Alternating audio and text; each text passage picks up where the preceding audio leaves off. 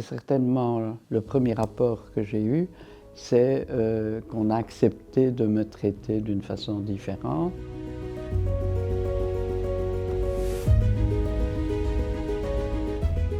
Quand on confie ses parents dans une maison de repos, on est un petit peu tracassé parce qu'on se dit comment est-ce que ça va se passer, comment est-ce que l'avenir de nos parents va se dérouler par la suite. On était un petit peu anxieux au départ et puis par la suite on a vu que cette maison de repos correspondait vraiment à ce qu'on attendait. Tous les soirs, papa se réveillait vers 2-3 heures du matin pour aller dans la chambre de maman pour lui remettre sa couverture, pour voir si elle n'avait pas froid. Et malheureusement, depuis qu'il est décédé, ça fait 15 jours, papa n'est plus là.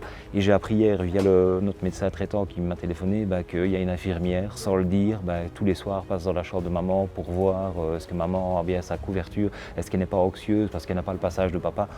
Ça, je trouve ça exceptionnel. Notre projet institutionnel repose sur une philosophie de soins qui est la philosophie de l'humanitude. Et c'est vraiment pour nous un outil de travail, une méthodologie de travail très précieuse pour arriver à une prise en soin, parce qu'on ne dit même plus une prise en charge, c'est une prise en soin relationnelle qui est vraiment primordiale, de manière à ce que chaque approche se fasse avec vraiment un côté affectif, un lien humain vraiment primordial. Qu'est-ce qu'on peut faire pour satisfaire les attentes et les besoins vraiment singuliers de chaque personne ?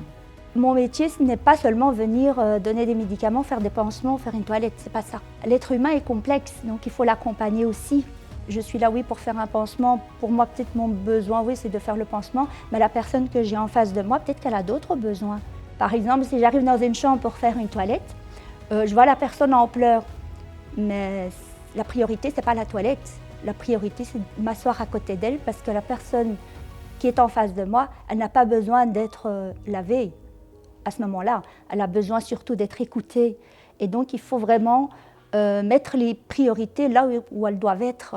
On va prendre un compas, on va faire de la graphométrie.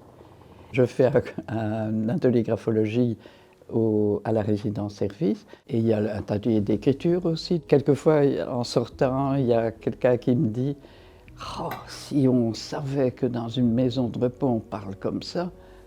Si j'ai l'impression de faire partie d'un mieux-être, je crois que quand quelqu'un arrive, il faut qu'il ait l'espoir d'être considéré comme quelqu'un à part entière et ne pas être considéré comme un objet de soin.